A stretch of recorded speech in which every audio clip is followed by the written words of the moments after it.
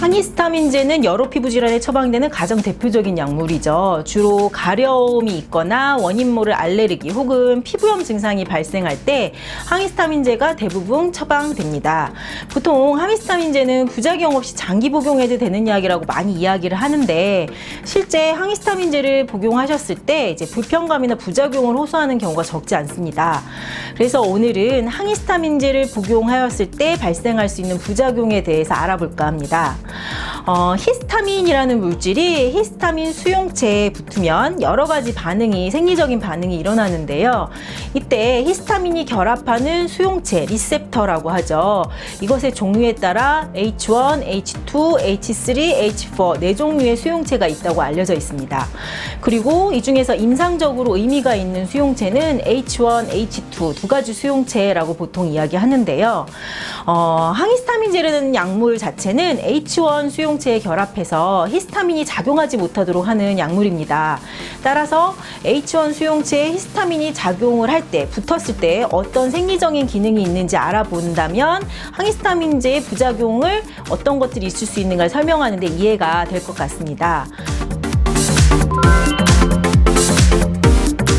항히스타민제의 대표적인 부작용의 첫 번째는 변비나 소화장애입니다. H1 수용체에 히스타민이 결합하면요, 위장 평활근이 수축이 되고 장애 연동 운동이 일어납니다. 그런데 항히스타민제를 이제 장기 복용하거나 남용하게 되면 이런 작용들이 억제되면서 위장 평활근의 운동을 방해하게 되겠죠. 그로 인해 변비나 더부룩함, 가스참, 소화장애 등등이 일어나는 것은 당연합니다.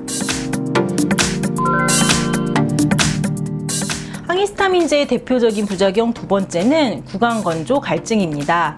H1 수용체에 히스타민이 결합하면 구강 혹은 기관지의 점막 분비를 촉진시키죠. 히스타민이라는 물질이 원래 우리 몸의 면역 반응을 담당하는 중요한 물질이라는 건 예전에 설명드렸었는데요.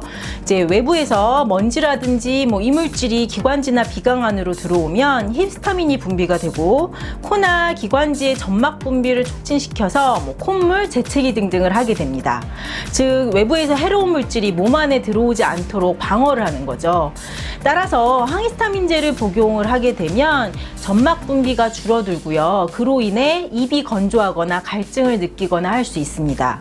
간혹 구강 건조가 심해서 구취가 난다고 하시는 분들도 종종 있죠.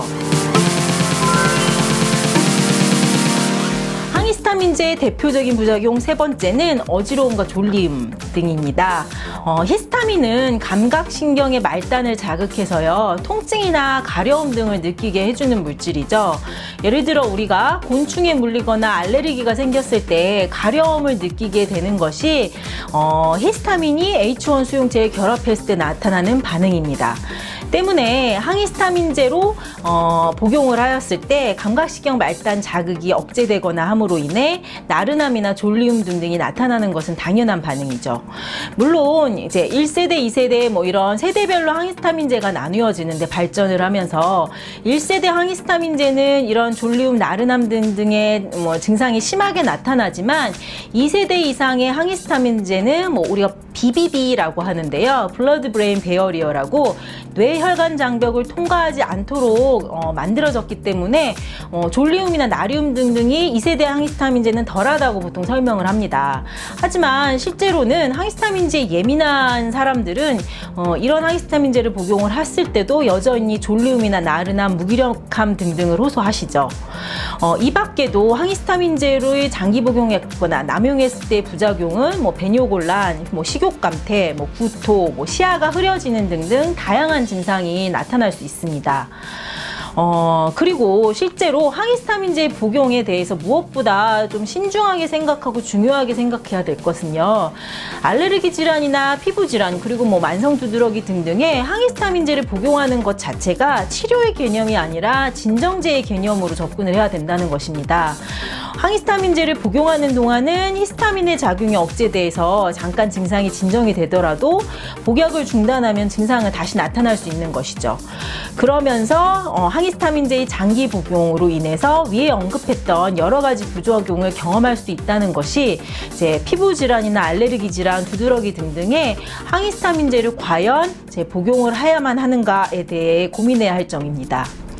항히스타민제 부작용이 없는 안전한 약은 아닙니다. 하지만 필요한 시기에 적절하게 정량을 사용을 한다면 예민한 인체를 조금 진정시켜서 치료에 도움이 될 수도 있겠죠.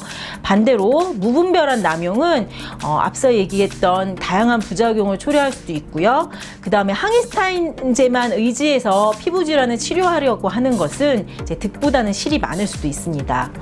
체질에 따라 그리고 병증의 상태에 따라 적절한 사용 시기와 용량을 선택하는 것, 이제 피부호흡 건강법이 강조하는 항히스타민제 사용법입니다.